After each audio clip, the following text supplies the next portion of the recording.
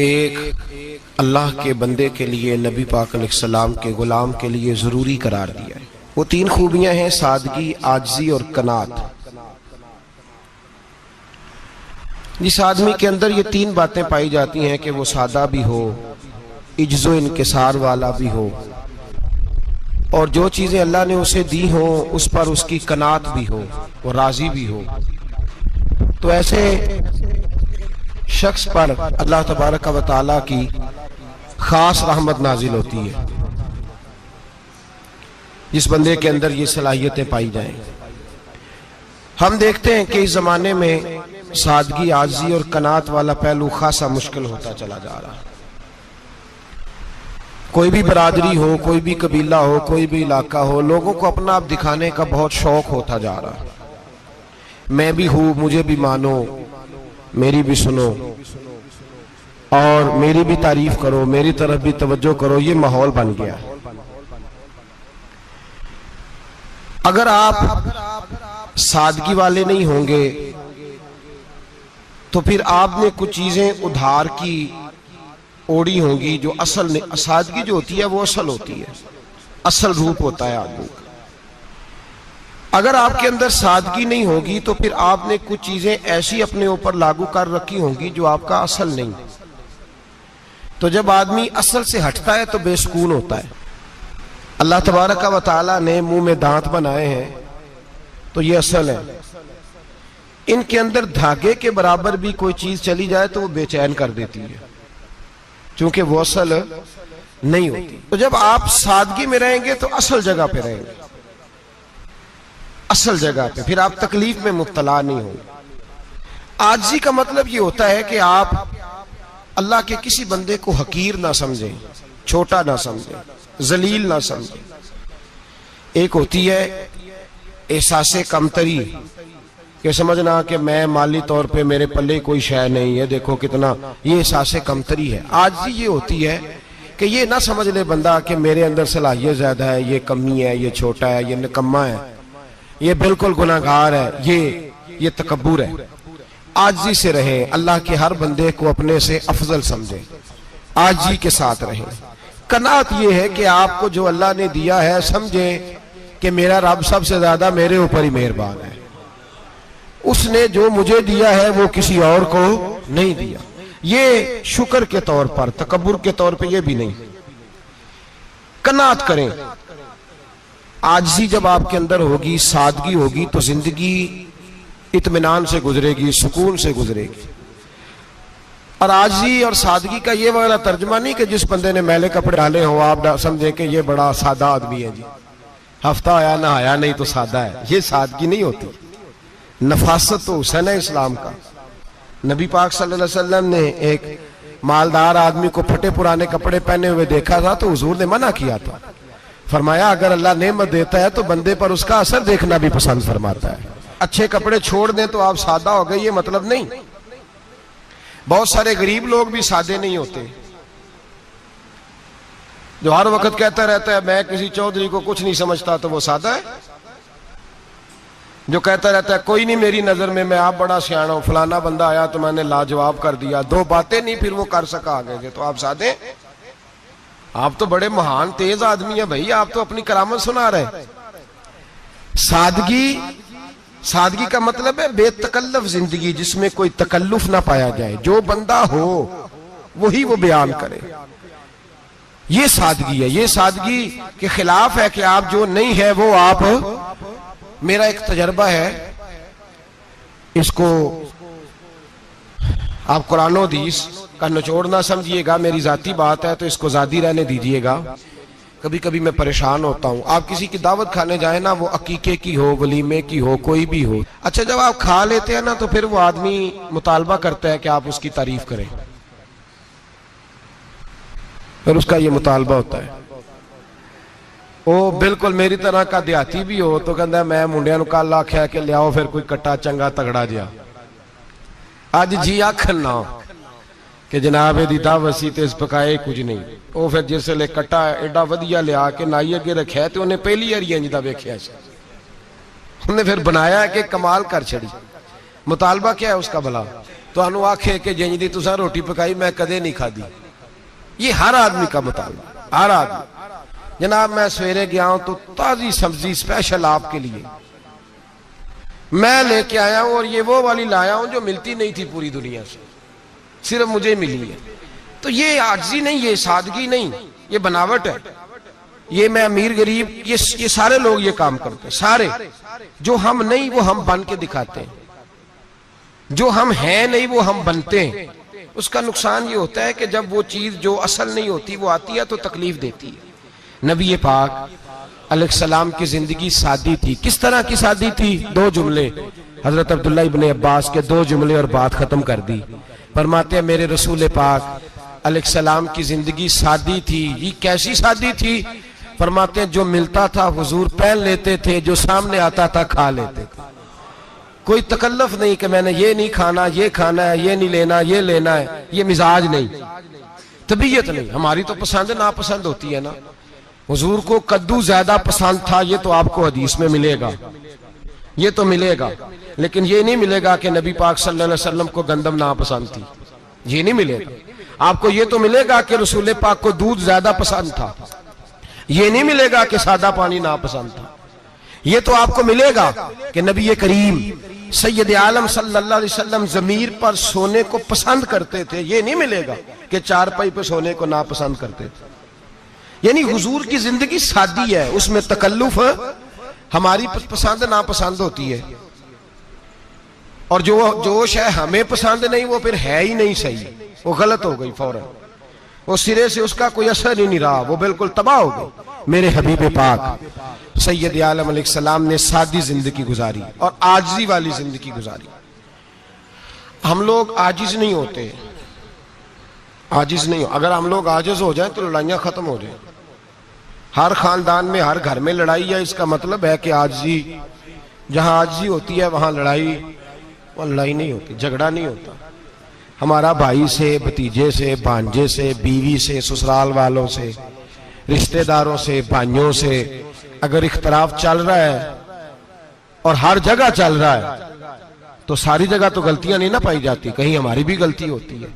तो ये जो इख्तलाफ चल रहे हैं और सुलह नहीं हो रही, इसकी वजह यह है कि हमारे अंदर आजिज़ी इनकिसारी हो, तो फिर तो झगड़ा ही कोई नहीं।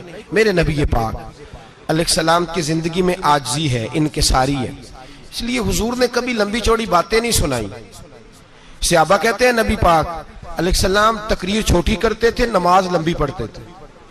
तकरीर, नमाज, हमारी बातें लंबी और नमाजें अल्लाह अकबर, उल्ट बिल्कुल सिलसिला। नबी पाक अलैहिस्सलाम ने सादगी, आजिज़ी को अपनाया। बहुत गरीब आदमी, बड़ा माड़ा बंदा जो 100 रुपया दिहाड़ी लेता है, और बाहर जब वो दिहाड़ी करने गया है तो वो शाम को जब उसने ना समेटा है ना वो सीमेंट और रेत और वो सारी चीजें, तो वहां वो झाड़ू फेर के आया है। फेरते हैं ना जी मजदूर झाड़ू, ये काम वो करने को तैयार है, पर अपने घर में आके झाड़ू देने को तैयार नहीं वो, इसलिए कि ये उसकी मर्दानगी के खिलाफ है।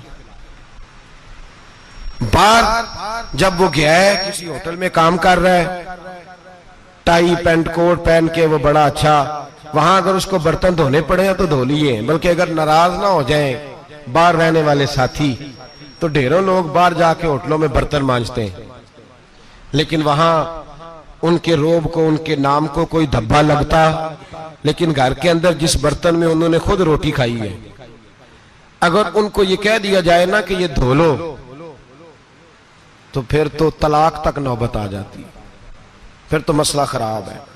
फिर तो हो सकता है कि बीवी की अम्मा की भी खैर ना हो, तुझे उसने सिखाया ही कुछ नहीं, मुझे ही तूने कह दिया उठ जा। ये हमारा हाल है, और है हम सारे आजिज़ मिस्कीन, है हम सारे माड़े गरीब, ये सारा अपनी जगह तय। लेकिन जहां डटना है, बल्कि यूं समझ लें कि जहां रोब ना चला वहां मिस्कीन हो गए, और जहां चल गया अब बादशाह हो गए। मेरे रसूल पाक सैयद आलम अलैहिस्सलाम का उसवा नूर सुनो, सैयदा तैयबा ताहिरा हजरत आयशा सिद्दीका रदी अल्लाह ताला अन्हा फरमाती हैं, हुजूर घर में आते अगर घर के अंदर झाड़ू देने वाला है तो मुस्तफा ने उठा के काम करना शुरू कर दिया है। ये मामूली बात नहीं। अगर हजरत फातिमा ज़हरा की चक्की पीसने के लिए फरिश्ते आ सकते हैं तो रसूल पाक के घर का काम करने के लिए भी आ सकते हैं, आ सकते हैं। लेकिन मेरे नबी पाक सल्लल्लाहु अलैहि वसल्लम घर में अपने कपड़े धो लेते, फट जाते तो हुजूर सी लेते। यहां तक कि हजरत आयशा फरमाती है, एक दिन हुजूर ने कहा खाना पकाओ, तो मैंने कहा कनीज आटा गूंद रही है। नबी पाक ने मालूमात की तो पता चला कि वो कनीज तो जा चुकी, बीमार थी। फरमाती है हुजूर ने अपने दस्ते मुबारक से आटा गूंदा, नबी पाक ने गूंदा, नबी पाक ने। लगे जो मजदूर शाह ऐसा, न धुन न दौलत सरबराह ऐसा, अरश नशी का जमी पे घर है, मेरा पैगंबर अजीम तर है। नबी पाक ने आटा गूंदा और आटा गूंद के फरमाया आयशा आओ रोटी पका दो। मैंने आटा गूंद दिया है। ओ भाई मैं बहुत बड़ा नवाब हूं मैं आजिज मिस्कीन, लोगों की मैं कमियां कोताहियां सुनाता हूं, लेकिन अगर जरा सा भी हाथ हिलाना पड़े तो उस वक्त ना जहां रोब चलता है वहां तो चलाना चाहिए ना। जितना हमारा दबदबा बनता है, आजिज़ी इनकिसारी, ये इंसान को संवारती है, ये उसको सुकून देती है, ये उसके अंदर पैदा करती है वो चीज जो उसे अल्लाह के करीब करती है। अगर आप बड़े हैं तो फिर आप बड़े ही रह जाएंगे, बन कुछ नहीं सकेंगे। अगर आप में तकब्बुर है तो फिर अना का बुत कायम हो जाएगा, बन कुछ नहीं सकेंगे आप। हर आदमी को अपना आप दिखाने का शौक है, बनाने का शौक है, शोहरत, नाम भरी, अपने आप को जाहिर करना, बताना। 1,44,000 सहाबा थे मेरे रसूल पाक के, सारे कहिए सल्लल्लाहु अलैहि वसल्लम। जब हुजूर का नाम सुने तो दरूद पाक पढ़ा करें सल्लल्लाहु तआला अलैहि वसल्लम। 1,44,000 सहाबा थे, काम कर गए, किसी ने नाम नहीं बनाया, काम किया। शायद चंद 100 के नाम किताबों में मिलते हो, बाकियों ने काम किया, नाम पर तवज्जो ही नहीं। और कुछ ऐसे भी थे जो आए नहीं, बात मानी है मेरे नबी पाक की। हजरत वैसे करनी रदी अल्लाह, तशरीफ नहीं लाए, घर रह के वे हुजूर की बात मानी है। माँ की खिदमत करो, नहीं आए, खिदमत करी, तशरीफ नहीं लाए, घर रह के बात मानी। दर्जा क्या दिया? मेरे रसूल पाक अलैहिस्सलाम ने ड्यूटी लगाई मौला अली शेर खुदा की, हजरत उमर फारूक रदी अल्लाह ताला, फरमाया मेरा जुब्बा ले जाना और मेरे अवैस से मिलना और उसे कहना मेरी उम्मत की बख्शिश की दुआ मांगे। भाई घर रह के बात मानी, कोई शोरा नहीं, कोई नाम नहीं। इमाम अब्दुल वहाब शौरानी कहते हैं करन के लोग उन्हें रोड़े मारते थे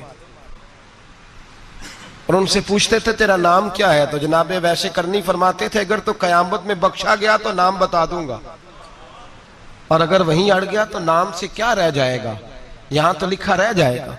और फिर दुआ मांगी, इमाम शौरानी ने लिखा है दुआ मांगी हजरत अवैस करनी ने, ए अल्लाह मैंने जिंदगी छुप के गुजारी है, मुझे जाहिर ना करना। मैं सिरापा मखजन राज था और रहा था मुद्दतों राज में, ये तो तेरा शौक के दीद कशा कशा मुझे खींच लाया मजाज में। ए अल्लाह मैंने पर्दे में वक्त गुजारा है, अल्लाह मस्तुरना बिसुत्रिकल जमील, ए अल्लाह बस मुझे पर्दों में रखना, पर्दों में। उठ बुलिया चलो थे बसिए जिथे बस देनी सारे ही अन्ने, ना कोई साड़ी जात पछाणे ना कोई सानू मन्ने। ए अल्लाह मुझे पर्दा दे, शोहरत नहीं चाहिए, मेरा नाम ना हो, कोई जाने कोई पहचाने ना, बस मैं तेरा हूं तो छुप के तेरे पास आ जाओ। इमाम फरमाते अल्लाह 70,000 फरिश्ते कयामत के दिन हजरत अवैसे करनी की शक्ल के पैदा करेगा और उन फरिश्तों के अंदर छुपा के जनाबे अवैस को अपनी और अपने महबूब की बारगाह तक ले जाएगा, क्योंकि वो छुपे रहे, जरूरत नहीं। मैं सिरापा मखजन राज था, मैं तो रहा था मुद्दतों राज में, ये तो तेरा शौक के दीद कशा कशा मुझे खींच लाया मजाज में, शौक नहीं। मुझे भी पूछ लो, मेरा भी नाम ले लो। अब तो इस कदर ज्यादा अना का बुत आ गया, रोटी खिलाओ, जिसको खिलाई उसकी फोटो खींच के फेसबुक पे दो, पानी पिलाया तो पहले उसकी फोटो दे लो, अगर सलाम लिया तो पहले छोड़ दो यार, बस करो। ये अना के बुत बना लिया हम लोगों, किस चक्कर में पड़ गई है दुनिया। एक गरीब को 2, 4, 5 रुपए क्या दे दिए, एक आटे का थैले का दे दिया, 4 अखबारों में खबर दे दी, ये आजी है, ये तरीका है। अब तो लोग यहां तक रियाकारी करने लगे, नमाज पढ़ने के लिए आते हैं तो पहले फोटो खींच के आते हैं, जुम्मे की तैयारी करते हुए। बस कर दें, बस करें। कहीं रुके, किसी जगह स्टॉप करें, अपने अंदर इंकिसारी पैदा करें। जो खत्म हो गया वो बच गया, जो अपने आप को बनाता रहा वो कभी बन ना सका। बचा वही जो रब की बारगाह में मिट गया। हमारी तो उम्र गुजर गई है अपने आप को तामीर करते, सारी जिंदगी गुजर गई। मेरा भी नाम लो, 30 साल में रह के आया हूं जी सऊदी अरब के फलाने मोहल्ले में, किसी से मेरा नाम पूछोगे तो पहुंच जाओगे। क्या होते थे आप वहां, क्या नाम पूछे? वहां तो बादशाहों के नाम अब कोई नहीं लेता, मिट गए, जो आए थे चले गए। गखड़ आना तो चौक से किसी से भी पूछ लेना, मैं भी होता हूं, क्या होते हो? यहां बड़े लोग थे जिनका तूती बचता था, खत्म हो गए। तू और मैं भी जाने वाले, और जमाना आएगा, मिटने के लिए दुनिया आई है। अगर दुनिया में खुद ब खुद अपने आप को मिटा के रखोगे तो अल्लाह इज्जत अता फरमाएगा। हम तो इतना खड़े हुए हैं कि बहनों से, भाइयों से, ससुराल से, रिश्तेदारों से कट गए हैं बिल्कुल, इसलिए कि बुत नहीं टूट रहा अंदर का। मेरे नबी पाक सैयद आलम अलैहिस्सलाम के गुलाम बड़ा कुछ थे, पर उनकी जुबानों पे कभी कुछ होने का जिक्र नहीं आया। बड़ा कुछ थे वो, बड़ा कुछ थे। हजरत अबू बकर सिद्दीक रदी अल्लाह, बड़ा कुछ थे ना, क्या बात थी। मेरे मुस्तफा करीम सैयद आलम सल्लल्लाहु अलैहि वसल्लम ने फरमाया, अबू बकर मेरा वो खलील है कि दुनिया में भी मेरा सज्जन है, कयामत में भी मेरा दोस्त होगा, दुनिया और आखिरत में। वही अबू बकर है। मोहल्ले में 7 गरीब बच्चियां रहती हैं, वो कहती हैं हमारी बकरियां, बाप फौत हो गया, बकरियों का दूध धो दो। तो अबू बकर सिद्दीक बकरियों का दूध धोने चले जाते हैं, उनके घर का काम काज करके आते हैं। सैयदना उमर फारूक, मेरे नबी पाक अलैहिस्सलाम ने फरमाया, फरिश्ते 950 साल मेरे उम्र की शान बयान करें तो खत्म नहीं हो सकती। इतना बड़ा शख्स उमर फारूक, इतना बड़ा आदमी। एक दिन ऐलान किया उमर फारूक ने, लोगों मस्जिद में आओ, बात करनी है। अमीरुल मोमिनीन का पैगाम है, सारे मस्जिद में आ जाए। खचाखच मस्जिद नबी सहाबा से भर गई। और ऐसा जब ऐलान होता था तो सहाबा दौड़ के आते थे, शायद को जंग है, शायद किसी ने हमला कर दिया है, शायद कोई नई बात है। दौड़े आए लोग, मस्जिद नबी खचाखच भर गई। सैयदना फारूक आजम रदी अल्लाह तआला अन्हु मिंबर पे बैठे। हजरत अब्दुर रहमान इब्ने औफ रदी अल्लाह तआला अन्हु फरमाते हैं कि सहाबा तजस्सुस के देख रहे हैं कि पता नहीं किसी तरफ से पैगाम नहीं आ गया, कोई काफिर हमला नहीं करने लगा, अल्लाह जाने क्या हुआ है, बड़ी परेशानी है। उमर बैठे, अल्लाह की हम्द की, नबी पाक सल्लल्लाहु अलैहि वसल्लम पर दुरूद पढ़ा, और फिर उमर फारूक बोले, फरमाने लगे, मैं जब मक्के में रहता था ना तो कभी घर में कहत आ जाता था, कभी कहत आता था घर में, बकरियों के दूध खुश्क हो जाते थे, गंदम नहीं मिलती थी, पानी नहीं होता था। तो फरमाया मेरी अम्मा मुझे खाला के घर भेज देती थी। कबीला बनु मखजूम, उस कबीले में मेरी खाला की शादी हुई थी तो वो मालदार लोग थे, उनके पास ज्यादा बकरियां, ज्यादा ऊंट, ज्यादा गायें, ज्यादा खेत थे। हजरत उमर फारूक फरमाने लगे, मैं उनके घर जाता तो मेरे खालू समझ जाते कि उमर को इसलिए भेजा गया है कि कहत आ गया है। फरमाते हैं वो मुझे सवेरे बकरियां चराने ले जाते, शाम तक मैं उनकी बकरियां चराता। अमीरुल मोमिनीन उमर, एक तरफ मसला यह है कि कैसर और किसरा की दीवारें हिल रही हैं उमर के नारों से, और इधर उमर मिंबर पे बैठ के खुतबे दे रहे हैं। फरमाते हैं मैं बकरियां चराता, शाम तक खाला के घर जाके मजदूरी करता, और फरमाते हैं शाम होती तो एक मुट्ठी किशमिश मुझे देते वो। आप फरमाते हैं मैं बड़े कद वाला था, एक मुट्ठी किशमिश मिलती है, कभी एक मुट्ठी खजूरें, मैं शाम को खा के सो जाता। कई महीने यूं ही गुजरते तो मेरी अम्मा का पैगाम आता कि हालात सही हो गया, मेरे बेटे को भेज दो। ये बात कही, हजरत उमर रोने लगे और फिर कहने लगे अब वो वक्त आया है कि लोग मुझे अमीरुल मोमिनीन उमर कह के पुकारते हैं। बस ये 2 बातें की। उमर ने कहा चलो जोहर का वक्त हो गया, अजान पढ़ो, उठो नमाज पढ़े, उठो। अजान हुई, इकामत हुई, जनाब उमर ने नमाज पढ़ाई, लोग चले गए तो सैयदना अब्दुर रहमान इब्ने औफ जराना था जनाब उमर से, बाजू पकड़ के कहने लगे उमर सियाना बंदा यार, तू ये 2 बातें सुनाने के लिए इतना मजमा इकट्ठा किया था, ये 2 बातें कहने के लिए कि मैं खाला के घर जाके मजदूरी करता था तो एक मुट्ठी किशमिश मिलती थी, एक मुट्ठी खजूरें, ये कहने के लिए कि मैं बकरियां चराया करता था। तो हजरत उमर फारूक रदी अल्लाह तआला अन्हु फिर रोए, फिर आंखों में आंसू आए। कहने लगे अब्दुर रहमान, आज ना मिस्र शाम से कुछ लोग आए थे और वो बता रहे थे कि उमर तेरा डंका वहां भी बड़ा बजता है, वो मुझे कह रहे थे तेरे नाम के वहां भी बड़े दबदबे हैं, बड़े तज़किरे हैं। तो मेरा नफ्स मुझे कह रहा था उमर देखा देखा तू यहां बैठा है और वहां तेरे नाम का शोर हो रहा है, मुझे इसने बड़ा किया है। तो मैंने आज मुस्तफा के सारे गुलाम इकट्ठे करके अपनी औकात बता दी है। मैंने अपनी औकात बताई है कि मैं कुछ नहीं, कोई शय नहीं, कोई चीज ही नहीं, असी किसी दे कुछ नहीं जे लगदे, ना कोई साडा दर्दी। मैंने बताया है कि मैं तो किसी के बकरियां चरा के एक मुट्ठी किशमिश लेके गुजारा किया करता था। गुजारा मुझे मेरे कुछ साथी ना ले गए गुजरांवाला सर्दियों के मौसम में, मुझे कहने लगे स्वेटर पसंद कर लें अपनी मर्जी का। तो मैंने कहा यार मुझे तो वही मजा आता है जो मेरी अम्मा क्रोशिये से बनाया करती थी, वही। वो पहले अब्बा पहनते थे, फिर वही स्वेटर बड़ा भाई पहनता था, फिर हमारे खाते में आ गया। और फिर उसकी तारीफें होती थी गुर्बत छुपाने के लिए, उसकी तारीफें होती थी, बड़ी मेहनत से बना है जी, क्या बात है, बड़ा गर्म है, तो अब छोटे भाई को दे दिया जाए। हमने कहा वही जमाना देखा है, वही रंग देखा हुआ है और उस पर फख्र है। अब तो लोग जब कुछ हो जाता है ना, 2-4 लोग जानने लगते हैं तो लोग फटाफट दावा कर देते हैं खानदानी रईस आजम हूं, बड़ी बात है। ऐसी कोई बात नहीं। जिसको अपना आप याद रहता है उसे खुदा भी याद रहता है, जिसे अपना आप याद रहता है उसे रसूलुल्लाह भी याद रहते हैं, जिसे अपना आप याद रहता है उसकी नजर में दूसरे लोग भी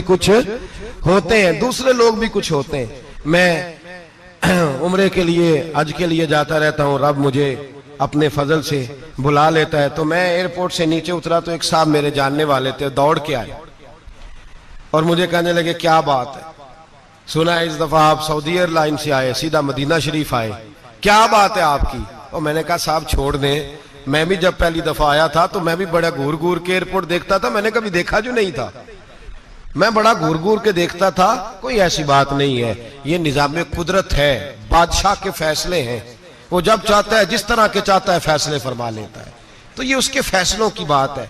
हम लोग ना जिस हैसियत पे होते हैं वहीं रह जाते हैं, पिछली बात भूल जाते हैं। इसलिए हम चाहते हैं जो भी हमें मिले झुक के मिले, जो भी आए, और ये मेरा आपका सबका मुश्तरका मामला है। मेरे नबी पाक सल्लल्लाहु ताला अलैहि वसल्लम ने सहाबा से पूछा तुम्हें बताऊं जन्नत के बादशाह कौन होंगे? जन्नत के आम लोग नहीं, जन्नत के, बोलिएगा जरा, जन्नत के अल्लाह बादशाह। जन्नत में तो जाना बड़ी बात है, हुजूर जन्नत का भी बादशाह। इब्ने माजा में लफ्ज है, तुम्हें पता है जन्नत के बादशाह कौन होंगे? तो मेरे मुस्तफा करीम सल्लल्लाहु ताला अलैहि वसल्लम के गुलामों ने कहा हुजूर हमें नहीं पता। तो हुजूर ने फरमाया जन्नत के बादशाह वो लोग होंगे जिन्हें दुनिया में कोई भी नहीं जानता था, जिनके कपड़े सादे होते थे, जो गरीब लोग होते, जो सिफारिश करते थे तो उनकी कबूल कोई नहीं करता था, जो किसी के साथ जाते थे तो उनको मानता कोई नहीं था, वो जन्नत के बादशाह होंगे, बादशाह। और फरमाया क़यामत के दिन जब लोग उन्हें देखेंगे तो उन पर फख्र करेंगे, रश्क करेंगे, कहेंगे क्या बात है तुम्हारी। यहां तो शौक ही बड़ा है, गरीबों ने भी पोस्टर बनाए हुए हैं, डाकुओं, लुटेरों, चोरों की तस्वीरों के साथ लगवाए हुए, अपने आप को बड़ा करने के लिए। आजिज़ी इख्तियार करें, आजिज़ी इख्तियार करें, अपने आप को मिटाने की कोशिश करें। रब करीम के बंदे आगे बढ़ बढ़ के अपना आप दिखाते नहीं, बड़ा शौक है, पहले फोटो खिंचा लो, बाकी बातें बाद में होगी, पहले वीडियो बना लो, बाकी कुछ और बाद में होगा, पहले। अब तो परसों तरसों मुझे एक मौलाना कहने लगे कि आपसे मैंने, वो यहाँ जुमा पढ़ने आते हैं कभी कभी, मेरे दोस्त हैं, कहते हैं आपसे मैंने सुना था कि अगर कोई, उस नबी पाक का फरमान है, अगर कोई नजराना दे तो उसको ले लो, अगर कोई तोहफा दे तो उसको, हुजूर ने फरमाया ले लो अगर तुम्हें को देता है, अपनी मर्जी से, मांगना मना है, खुद दे दे तो ले लो, वरना एक वक्त आएगा तुम मांगोगे तुम्हें मिलेगा नहीं, जब को दे दे तो ले लो। कहने लगे आपने कहा था को दे दे, तो उस वक्त से मैं, कोई सूट देता है मुझे मेरी मस्जिद का नमाजी तो मैं ले लेता हूं, कोई मुझे कोई और शय देता है तो मैं आपसे सुन के, तो अगर मेरी मस्जिद का नमाजी सूट पकड़ाते साथ फोटो भी खींचे तो फिर मेरे लिए क्या हुक्म है? वो खुशबू की डब्बी देते हुए साथ फोटो भी खींचे, फिर मेरे लिए क्या हुक्म है? कहने लगे रमजान में ये हाल हुआ है कि लोग कपड़े दे रहे थे और फोटो खींच रहे थे, क्या चक्कर है, कहां चले गया? गरीब आदमी की इज्जत नफ्स को कुचल डाला पकड़ के। एक जोड़ा साल के बाद इमाम को दिया, उसकी भी तस्वीर खींच के फेसबुक पे दे डाली। ये हमारी आजिज़ी है, ये हमारा प्यार है, ये हमारा अंदाज है। भाई ये हम गलत रास्ते पे, गलत डगर पे चल निकले, हमें वापस आना पड़ेगा। मेरे नबी पाक अलैहिस्सलाम ने आजिज़ी को पसंद किया। हुजूर शोहरत से, नामवरी से दूर रहते थे। नबी पाक अलैहिस्सलाम ने आजिज़ी, इनकिसारी और सादगी और कनात इनको अपना के रखा, सीने से लगा के। ये नहीं कि माल नहीं आया, बहरीन से लाखों दिनार आए हुजूर के जमाना ज़ाहिरी में। तबूक के बाद फतूहात हुई तो लाखों दिनार आए, लेकिन हजरत आयशा कहती है हमारे घर में 4 दिन के बाद ही रोटी पकी है, हमने एक वक्त ही खाना खाया। लाखों रुपया आया है, पर हमारे घर के अंदर जो खाना आया है वो सिरका ही आया है। हमने रात अगर रोटी बच गई है तो सवेरे उठ के रात वाली खाई है। हमारे घर के अंदर वही हालात रहे, इसलिए कि मेरे नबी पाक अलैहिस्सलाम ने फरमाया मैं तुम्हारी दुनिया से हासिल करने नहीं आया, मैं तो मुसाफिर की तरह वक्त गुजारने आया। हम ज्यादा के चक्कर में निकले तो बड़ा कुछ कुचल के आ गए। बड़ा कुछ आजी जब पैदा होती है, इनकिसारी जब पैदा होती है, जब तवाज़ो आती है, फिर इंसान बनता है, फिर वो समझता है, फिर उसके अंदर तब्दीली आती है, फिर वो। और बुजुर्ग फरमाते हैं आजी वाले को नमाज में भी लज्जत आती है, वरना तो किसी ने पूछा था, एक शायर इस्लामाबाद में रहते थे, तो उनसे किसी ने पूछा कि आपका शहर किस तरह का है। उन्होंने कहा मेरा उस शहर अदावत में बसेरा है जहां लोग सजदों में भी लोगों का बुरा सोचते हैं। मेरा उस शहर अदावत में बसेरा है जहां लोग सजदों में भी लोगों का, नमाज पढ़ते हुए कहते हैं देखो कितनी बू आ रही है इससे, कपड़े नहीं बदल के आया, नमाज पढ़ते हुए भी साथ वाले के बारे में बुरा सोच रहे। जब आजी सैयद अहमद कबीर रिफाई रहमतुल्लाह ताला अलैह, ये सिलसिला रिफाइया के शेख हैं, आला हजरत रहमतुल्लाह अलैह ने इनकी बड़ी तारीफ लिखी है फतावा रज़विया में। मिस्र के अंदर सिलसिला रिफाइया और शाज़िलिया, बहुत सारे लोग इस सिलसिले में मुरीद हैं। सैयद अहमद कबीर रिफाई इतने बड़े सूफी थे कि मेरे मुस्तफ़ा करीम सल्लल्लाहु अलैहि वसल्लम के रोजे पर हाजिरी देने गए। नबी पाक की बारगाह में हाथ दुआ करें, अल्लाह हम सबको वहां हाजिरी नसीब फरमाए, अल्लाह हम सबको बार बार ये मौके अता फरमाए। सैयद अहमद कबीर रिफाई हाजिरी देने गए तो जब नबी पाक के गुम्बद पे पहुंचे तो कहने लगे या रसूलल्लाह मैं कब्र देखने नहीं आया, मैं तो दीदार करने आया। हुजूर ये तो ज़ियारत में करता रहता था, दीदार करने आया। ये कह के रोने लगे। इतनी देर रोए कि मेरे मुस्तफ़ा करीम ने अपना दस्ते मुबारक कब्र से बाहर निकाल दिया, हाथ मुबारक बाहर आया। 10,000 लोगों ने देखा। कितने लोगों ने? अब यहां भी लोगों को शक होगा जी कैसे बाहर आया, तो बुखारी सुना देता हूं, मसला जरा हल हो जाए। मस्जिद नबी की तामीर हो रही थी, तामीर तो कहते हैं कि दीवार नहीं, तामीर करते वक्त ना एक दीवार गिरी, ये बुखारी के लफ्ज है। दीवार गिरी तो एक पैर बाहर आ गया। पैर को देखा तो कहते हैं हाथ रखते थे तो उसमें बिल्कुल ऐसे था जैसे खून साइडों पे हो गया, बिल्कुल जिंदा। शोर हो गया कि ये नबी पाक का कदम मुबारक है, हुजूर का। बहुत सारे लोग इकट्ठे हुए, उलमा को बुलाया, पैर देखा तो कहने लगे नबी पाक का नहीं, ये तो सैयदना फारूक आजम का है। जब ये कहा ना फारूक आजम का है तो फिर एक शोर उठा कि ये हाल है उनके गुलामों का, तो सरकार का आलम क्या होगा। ये हाल है उनके गुलामों का तो फिर सरकार का आलम। ये बुखारी है। तो जिंदा है वल्लाह, तो जिंदा है वल्लाह, मेरी चश्मे आलम से छुप जाने वाला। सैयद अहमद कबीर रिफाई इतने बड़े, नबी पाक सल्लल्लाहु अलैहि वसल्लम ने दस्ते मुबारक बाहर निकाला, 10,000 लोगों ने देखा। किसी ने हजरत सैयद अहमद कबीर रिफाई से पूछा कि बाबा इतना बड़ा दर्जा, इतना बड़ा मकाम कैसे मिला? तो बाबा जी कहने लगे जिंदगी में कभी किसी को हकीर नहीं समझा, किसी को कभी हकीर, कभी किसी को अपने से कमतर नहीं समझा। तो अल्लाह ने, देखे ना, अगर आप नहीं समझेंगे तो उसके लिए भी आपको उन्वान मिल जाएंगे, और अगर समझना है अपने आप को बड़ा तो उसके लिए भी मौके मिल जाते हैं। हजरत शफीक बल्खी बहुत बड़े सूफी बुजुर्ग हुए, पर नौजवान थे, जवानी में ही अल्लाह ने बड़ा मर्तबा दिया। हजरत अब्दुल्ला बिन मुबारक बूढ़े थे, दोनों एक महफिल में इकट्ठे हुए। अब बगदाद सारा मानने वाला था और दोनों का मानने वाला था। आखिर में दुआ बुजुर्ग कराया करते थे महफिल के इख्तिताम पर। हजरत शफीक बल्खी जनाब अब्दुल्ला बिन मुबारक से कहने लगे आप दुआ करें, आप दुआ करें, आप बुजुर्ग हैं। अब जिसने जो मानना है उसे उसके लिए उन्वान भी मिल जाएगा। हजरत सैयदना अब्दुल्ला बिन मुबारक कहने लगे, बेटे तू दुआ कर, तेरी उम्र थोड़ी है, तेरे गुनाह भी थोड़े हैं, तेरी उम्र थोड़ी है, तेरे गुनाह भी थोड़े हैं। तो सैयदना शफीक बल्खी कहने लगे, नहीं हुजूर आप दुआ करें, आपकी उम्र ज्यादा है तो नेकियां भी तो ज्यादा ही है ना, नमाजें भी तो आपकी ज्यादा है ना, रोजे भी तो ज्यादा, रमजान भी तो आपकी उम्र में ज्यादा है ना, आज भी तो आपने ज्यादा। अगर आपने किसी को अपने से बड़ा समझना है तो उन्वान आपको मिल जाए, छोटा समझना है तो उसके लिए भी उन्वान आपको। बात तो ये है कि आप क्या करना, अगर आप किसी को हकीर समझना चाहते हैं तो बात खत्म हो गई। सैयद अहमद कबीर रिफाई फरमाते हैं, जिंदगी भर कभी किसी को हकीर नहीं समझा। अल्लाह की सारी मखलूक की क्या बात है। अल्लाह कुरान में कहता है, इन्नल्लाह ला यस्तही अन यदरिब मसलन मा बऊदतन फमा फौकहा। अल्लाह शर्म नहीं करता कि एक मच्छर की मिसाल बयान करे या उससे भी कमतर। अल्लाह मच्छर की बात करता है इतना बड़ा होके, वो कहता है मैं करूंगा, मेरी मखलूक जो है मेरी तो हजरत अहमद कबीर रिफाई फरमाने लगे, मैंने कभी किसी को हकीर, बोलिए कभी किसी को हकीर। हम लोगों के पास उन्वान बड़े हकीर समझने के लिए, हम समझ लेते हैं। अमीर आदमी कहता है गरीब मेहनत क्यों नहीं करता, मेहनत करे अमीर हो जाएगा, उन्वान हुआ कि ना तनकीद करने का।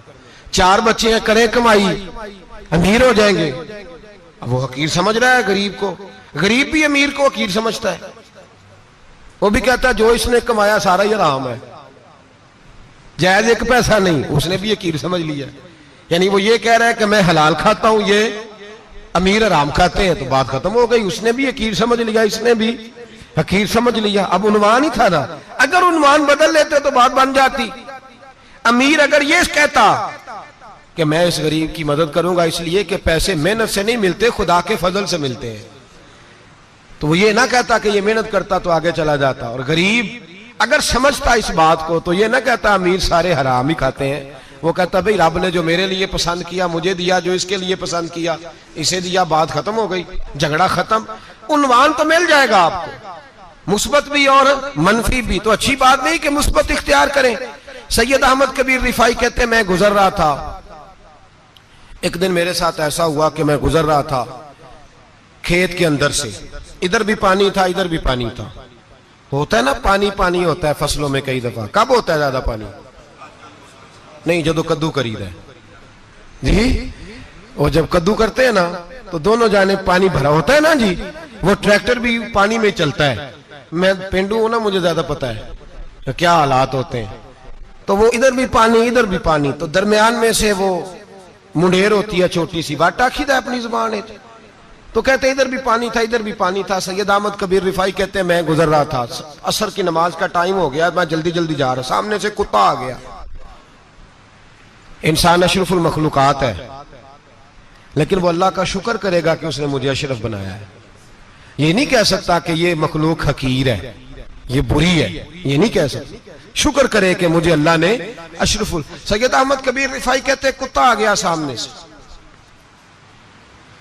अब कुत्ता आया तो मुझे जल्दी थी, कुत्ता भी भीगा हुआ था। अब मेरा दिल करे कि कुत्ता नीचे उतरे तो मैं गुजरूं, कुत्ता खड़ा है कि ये साइड पे हो तो मैं गुजरूं। कहते हैं देर हो गई, तो मुझे डर लगता था, मैंने कभी कुत्ते को भी नहीं झिड़का था, कभी कुत्ते को भी, अपनी इतनी हैसियत ही नहीं, झिड़का ही नहीं कभी किसी को। आप फरमाते हैं देर हो गई तो मैंने कहा या अल्लाह, हजरत सैयद अहमद कबीर कहते हैं मैंने कहा या अल्लाह इस कुत्ते को जुबान ही दे दे, मैं इसे कुछ समझा ही दूं, इसे जुबान ही दे दे, तू तो कादर मुतलक है। उसे जुबान दे दी। तो मैंने कुत्ते से कहा नीचे उतर जा, मैंने नमाज पढ़नी है। तो कहने लगा बाबा जी आप उतर जाए, आप उतर जाए, आप उतर जाए, मैं क्यों उतरूं? तो सैयद अहमद कबीर रिफाई कहते हैं मैंने उससे कहा कि बात यह है कि मेरे ऊपर नमाज फर्ज है, तेरे ऊपर फर्ज नहीं, तो मैंने नमाज पढ़नी है। अगर मैं खेत में उतर गया तो कीचड़ है, मेरे कपड़ों को मिट्टी लग जाएगी, पता नहीं पानी पाक है कि नापाक है, तो तू उतर जा, तेरे ऊपर नमाज नहीं फर्ज, तो मुझे जाने दे। तो सैयद अहमद कबीर रिफाई कहते हैं उसने ऐसी बात की कि मेरे ऊपर वजह तारी हो गया। कुत्ते ने बात की तो मैं कांपने लगा। राती जागे शेख सदावे, राती जाग दे कुत्ते, तैथों उत्ते मालक दा दर मूल न छड़ दे, भावे मारो 100 जुत्ते, तैथों उत्ते ओ एक बुरकी दा कदर पछानन, भावे मालक हो मन सुत्ते, तैथू उत्ते रुखा सुखा खा दिने जार रुखा विच सुते ते तैथू उत्ते उठ बुलिया चल यार मना लै नहीं ते बाजी लै गए नहीं कुत्ते। उठ बुलिया चल यार मना लै नहीं ते बाजी लै गए कुत्ते ते तैथू उत्ते। सैयद अहमद कबीर रिफाई कहते हैं वो मुझे कहने लगा आप उतर जाए, तो मैंने कहा भाई मेरे ऊपर नमाज फर्ज है, तेरे ऊपर फर्ज नहीं, तू उतर जा, मेरे कपड़े आलूदा हो जाएंगे तो क्या करूंगा। तो कहते हैं उसने बात की तो मैं घबरा गया और छलांग लगा के मैं खेत में उतर गया। मुझे कहने लगा बाबा जी कपड़े अगर आपके कीचड़ से आलूदा हो गए तो पानी से साफ हो जाएंगे, और अगर मुझे हकीर जान के आपका दिल आलूदा हो गया तो 7 समुद्रों से भी साफ नहीं होगा। कपड़े पानी से धुल जाएंगे और दिल अगर तकब्बुर से आलूदा हुआ तो 7 समुद्रों से भी सही हो सकता ना ना ना। हकीर नहीं जानना, ना मौलवी को, ना सूफी को, ना दरवेश को, ना खेत में काम करने वाले को, ना पट्टे पे मजदूरी करने वाले को, ना गाड़ी का शीशा साफ करने वाले को, ना तेल डालने वाले को, ना किसी को हकीर ना जान, ना किसी के हाल पे तंज कर, ना किसी के गम का मजाक उड़ा, वो जिसे चाहे जैसा नवाज दे। ये मिजाज लुत्फ रसूल है। ना ना कोई आया लेके चला गया, कोई उम्र भर भी ना पा सका, मेरे मौला तुझसे गिला नहीं, ये तो अपना अपना नसीब है। भाई हकीर नहीं जानना।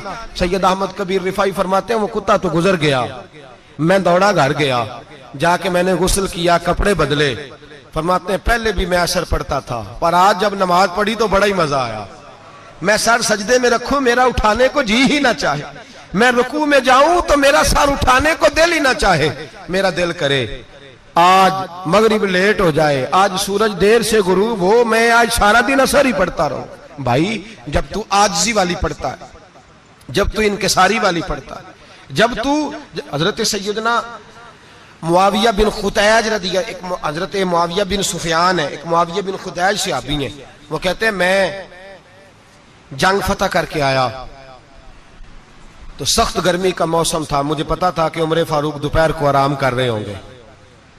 आप फरमाते मैं मस्जिद नबी में बैठ गया, एक बच्ची जनाब उमर के घर से निकली तो मुझे कहने लगी मुआविया आपका नाम है? मैंने कहा हाँ। अंदर जाके जनाब उमर को बताया तो उमर दौड़े आए, और जब आए तो सर पे टोपी कोई नहीं, पैरों में जूता कोई नहीं। कहने लगे मैं तेरा इंतजार कर रहा था, आज मुझे उम्मीद थी तू आएगा, तूने बताया क्यों नहीं?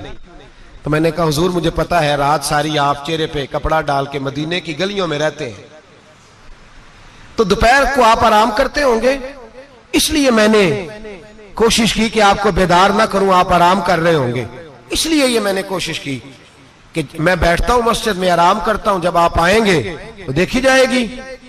हजरत उमर फारूक ने जलाल किया, फरमाया तू मुझे गाफिल समझता है कि मैं सो जाऊंगा? और आप फरमाने लगे मैं कौम का खादिम हूं जिसकी इतनी ज्यादा रियाया हो वो सो जाए चुप करके, मैंने जवाब नहीं देना अल्लाह की बारगाह में?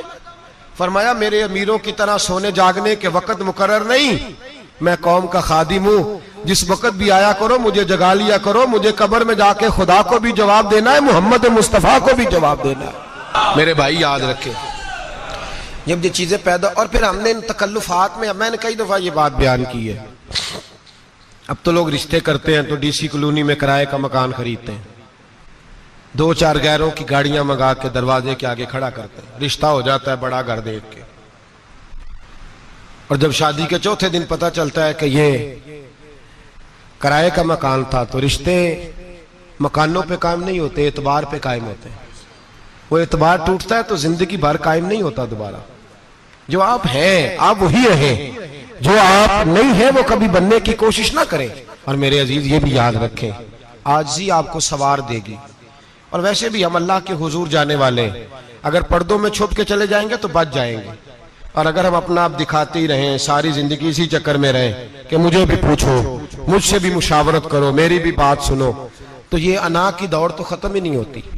हिर्स सिर्फ पैसे की नहीं होती, हिर्स हवस शोहरत की भी होती है। और नबी पाक सल्लल्लाहु अलैहि वसल्लम ने इसको भी बयान फरमाया है कि ये जो तेरे अंदर चीज पैदा होती है ना, मैं जाना जाऊं पहचाना जाऊं, इससे भी अपने आप को बचा। सहाबा के बाद जिस शख्स की खिलाफत सबसे मजबूत हुई वो हजरत उमर बिन अब्दुल अजीज थे। इतनी बेहतरीन खिलाफत की कि लोगों को हजरत उमर का जमाना याद आ गया। हजरत उमर बिन अब्दुल अजीज इराक में रहने वाली एक औरत थी। उस औरत का खामद फौत हो गया तो 5 बच्चियां यतीम थी।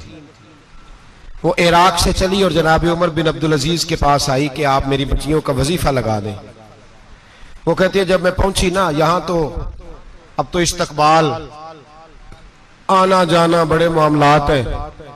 अब तो बच्ची की बारात आए और 5, 7, 10, 20 लोग दरवाजे पे खड़े ना हो तो बारात नाराज हो जाती है। कहते हमारा इस्तकबाल ही किसी ने नहीं किया। तो इस्तकबाल तो अब इस तरह है जिस तरह नशा नहीं होता, ये इस्तकबाल की हालत है, अमीरों से लेके गरीबों तक। मुझे पूछा ही नहीं किसी ने, कुर्सी नहीं दी, आगे नहीं बिठाया, ये वाला मामला है। और मैं मेरी तरह के लोग, नेक लोगों की बात नहीं करता। अब तो हम देखते हैं फुला मौलाना का इस्तकबाल हो रहा है, फुला के लिए लोग खड़े हो रहे हैं, नारे लग रहे हैं। और अब तो मैं देखता हूं ऐसे ऐसे हाथ लहराते हैं सूफी और दरवेश कहलाने वाले, जैसे सियासी लीडर लहराया करते। ये क्या तरीका हुआ? ये कौन सा तर्ज जिंदगी? मेरे नबी पाक सल्लल्लाहु अलैहि वसल्लम ने फरमाया, जो ख्वाहिश करे कि मैं आऊं और लोग खड़े हों वो तो जहन्नमी है, तो दोज़खी है। सारे वही तरीके हम इख्तियार करते जा रहे हैं, वही प्रोटोकॉल है हर जगह। वो लोग जिनके दरवाजे खुले होने चाहिए थे, वहां भी हर वक्त के लिए मामला तय हो गए। याद रखें, मेरे नबी पाक अलैहिस्सलातु सलाम ने जो तालीमात दी, हजरत उमर बिन अब्दुल अजीज रहमतुल्लाह ताला अलैह।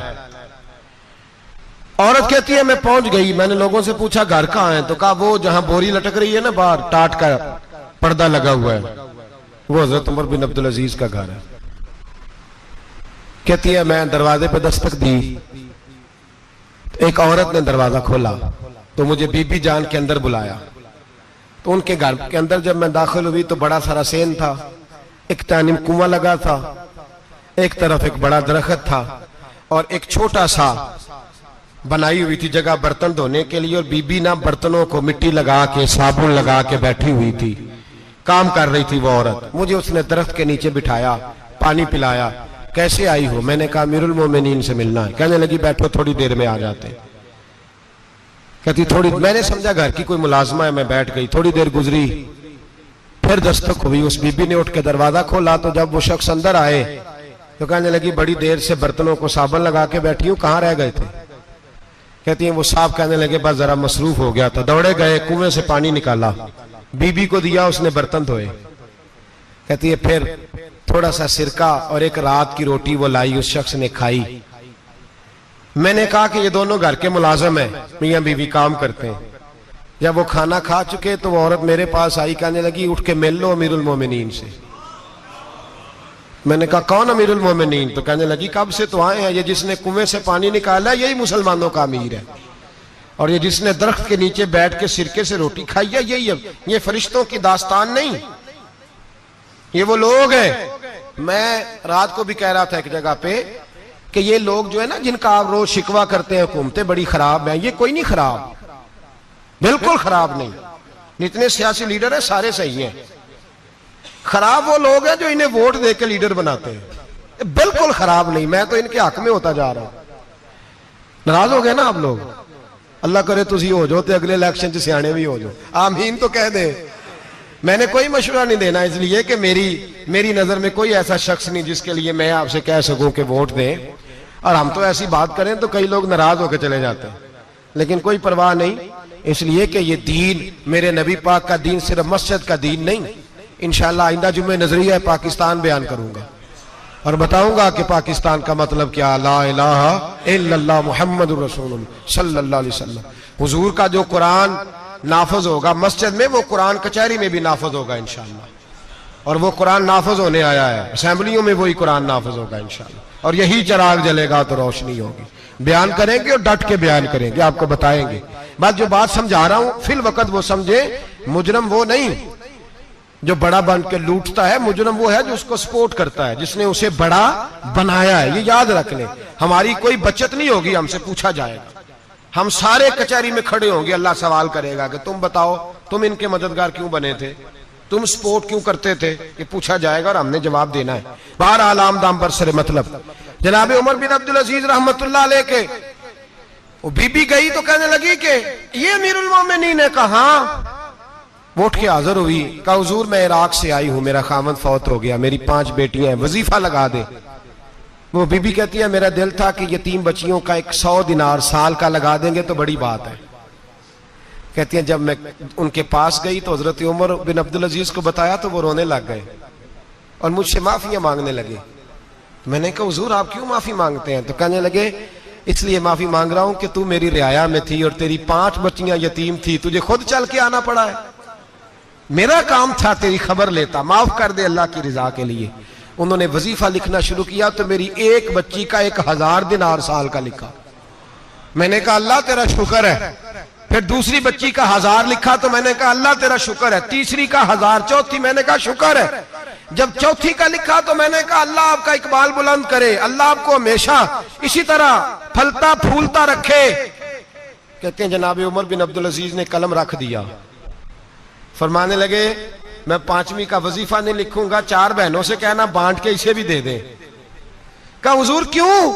आप फरमाने लगे जब तक तू अल्लाह का शुक्र अदा कर रही थी मैं भी रब से जुड़ा हुआ था और अल्लाह से डर के लिख रहा था। अब तूने मेरी तारीफ की है, अब मेरी जात आ गई है। अब मैं अगर ये वजीफा लिखूंगा तो इससे अल्लाह राजी नहीं होगा, इससे मेरे नफ्स में रिया पैदा होगी। अब मैं 5वीं का नहीं लिखूंगा, जा और जाके इराक के गवर्नर को दे। बीबी कहती है मैं घोड़े पे बैठी और मैं चंद दिनों के बाद इराक पहुंची। जब सवेरे आके मैंने वालिए इराक को रुका दिया तो वो चीख मार के रोया। मैंने कहा क्या हुआ? तो कहने लगा बीबी आज रात को हजरत उमर बिन अब्दुल अजीज का इंतकाल हो गया, फौत हो गए, तो इंतकाल कर गए। कहती मैं भी तड़प के रोई। मैंने कहा मेरी यतीम बच्चियों का क्या बनेगा? तो वो गवर्नर कहने लगा तेरे वजीफे जारी रहेंगे, तुझे मिलते रहेंगे। तो कहने लगी कैसे? कहने लगा मैं अगर तो गवर्नर रहा तो तेरा वजीफा जारी रहेगा और अगर गवर्नरी से उतर भी गया तो मैं जाती तौर पे मालदार हूं, फिर भी तेरी बच्चियों के माहाना पैसे पहुंचते रहेंगे। मैंने कहा तू क्यों देगा? कहती है वो रो पड़ा। कहने लगा अगर अमीर हजरत उमर बिन अब्दुल अजीज जैसे हो तो फिर अल्लाह गवर्नरों के दिलों में भी रहम डाल दिया करता है, फिर मेरे जैसे लोगों को भी वो बदल देता है। हजरत उमर बिन अब्दुल अजीज घर आए, 3 बेटियां थी। एक को आवाज दी, वो आई तो उसने मुंह पे हाथ रखा है।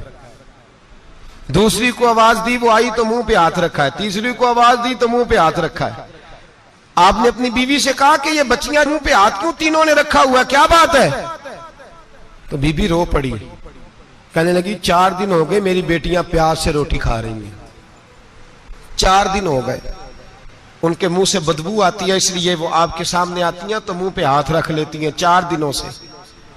बीबी रो रही है, हजरत उमर जलाल में आ गए। आप फरमाने लगे तू ये रो रही है, तू रोई है, तूने मेरे घर में रह के अल्लाह की नाशुक्री की है, तू शुक्र अदा नहीं करती कि 3 वक्त प्याज और रोटी तुझे घर की 4 दीवारी के अंदर मिल जाता। रो रही है और मैं आ मेरे साथ बाहर निकल, तुझे वो लोग दिखाऊं जो झोपड़ियों में रहते हैं और मांग के खाते हैं, आ तुझे दिखाऊं। इतनी नाशुक्री कि घर के अंदर प्याज पहुंच रहा है, रोटी पहुंच रही है और तू कहती है मेरी बेटियां प्याज से खाती हैं, शुक्र कर फाके नहीं काटने पड़े। फिर अगले लफ्ज कहे तो रो पड़े। फरमाने लगे मैंने तो मुस्तफा के वो हालात भी सुने हैं जिसमें कई दिन बीबी फातिमा ने फाके किए। तू घर के अंदर प्याज पहुंच रहा है, तू अभी भी। सादगी, आजिज़ी और कनात नेमत थी इन लोगों की। हमारे यहाँ रोज शिकवा है, किस बात का? गाड़ी कोई नहीं। रोज रोना है, किस बात का? बंगला कोई नहीं। रोज रोना है, किस बात का? बैंक बैलेंस कोई नहीं। 10 जोड़े क्यों नहीं ईद पे आए? और ये सिर्फ औरतों का मसला नहीं, हमारे अंदर भी ये बात बदर्जे औला। हम रोज अपने आप को मिस्कीन कहते हैं, गरीब कहते हैं, लाचार कहते हैं, मजबूर कहते हैं। कभी देखो जो झोंपड़ियों में रहते हैं।